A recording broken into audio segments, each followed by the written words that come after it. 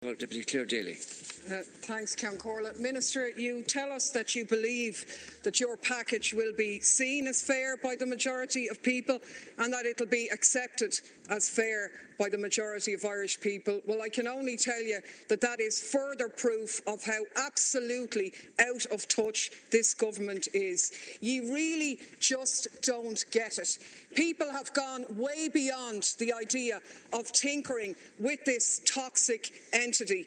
The only thing that will satisfy the population at this stage is the abolition of water charges in their entirety, the recognition that water is a public human right, a public service which should be funded from progressive central taxation, and that the Irish water entity is so ill-conceived that it can never work. And you would do the taxpayer a favour by abandoning that now and failing to continue to throw good money after bad. And if you don't, it will indeed be your legacy. It'll be a total legacy to your arrogance. And I think, it's a bit of a sick joke that things have got so ridiculous in your statements that you tried to tell us that we could actually make money out of it if we worked our water meters well. I mean, seriously. But in any case, who would believe ye anymore? You are the same people who in the last weeks and months told us that you had to have the PPS numbers to make the scheme work. Now you don't. The levies had to be at the amounts being demanded by the CER. Now they don't. You told us you didn't need to change the law to protect Irish water from privatisation because it was there already. Now you're changing it. Your backflipping really would be the envy of a professional acrobat, because everybody knows the only reason you're making these changes is in the face of an unprecedented people's movement.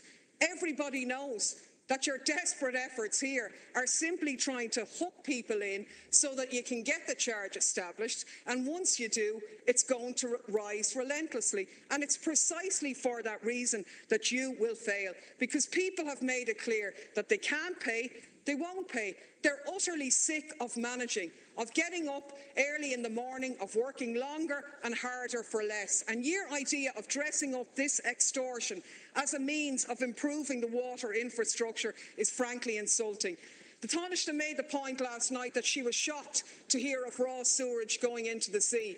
Well, I was shocked that she was shocked, because the dogs on the streets know that that's the case. So why don't you fix it? You'd think there was never any investment in the infrastructure in this state. There was, and when it was made, it worked well. But your government, and the one before you, managed to slash investment in water infrastructure by 70% since 2008. Not only that, capital programmes which were underway were axed when Irish Water came on the scenes. Projects planned by the local authorities were shelved. You haven't put a single water butt onto a government building, not to mind dealing with anything else in terms of conservation. And instead, you've decided to continue to throw away hundreds of millions of taxpayers' money on the installation of water meters, despite previous studies saying that that was an uneconomic proposition in the context of the revenue generated, and despite the fact that you've abandoned it anyway because you've reverted to a flat charge where millionaires are going to pay the same as people on social welfare.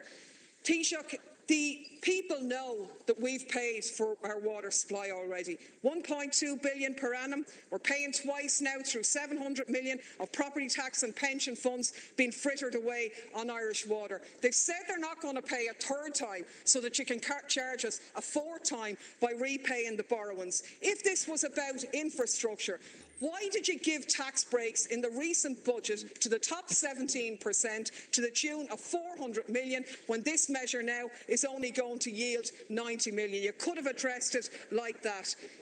You have made a very serious mistake here today. I think it is an historic day, as the Minister said.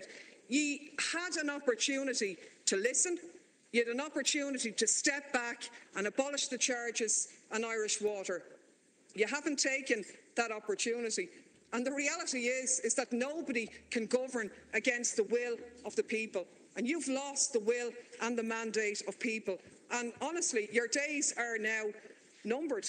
And if you had any respect for yourself, you really should go to the people and call a general election, because we've had to listen to a lot of waffle about democracy from the Taoiseach over the weekend, aided and abetted by some of his friends in the media, trying to discredit a people's movement, trying to insult people, that they would allow themselves to be led by a sinister fringe. Where was the coverage to the 200 women in Coolock who peacefully protested outside the station last night? Those who are undermining democracy are not in the communities. They're sitting across the way there, because ye went to the people. You said, vote for Labour and we'll save you from Fine Gael's water charges. Fine Gael said, vote for us and we'll never bring in a charge unless meters are in. That's not democracy, that is fraud. And you have betrayed the people of this country. You've succeeded in awakening a sleeping giant of the Irish people. And you know what? Now that they're awake, they actually like it, and they're not going back into their box. December the 10th will be absolutely enormous, in my opinion. I don't think you'll survive it unless you cop on before that. But if you try and limp along after that date, you will find that this charge will be absolutely uncollectible by the time you try and bring it in and collect that in April. But I strongly suspect that it's not going to be your problem, because you'll probably be gone before then.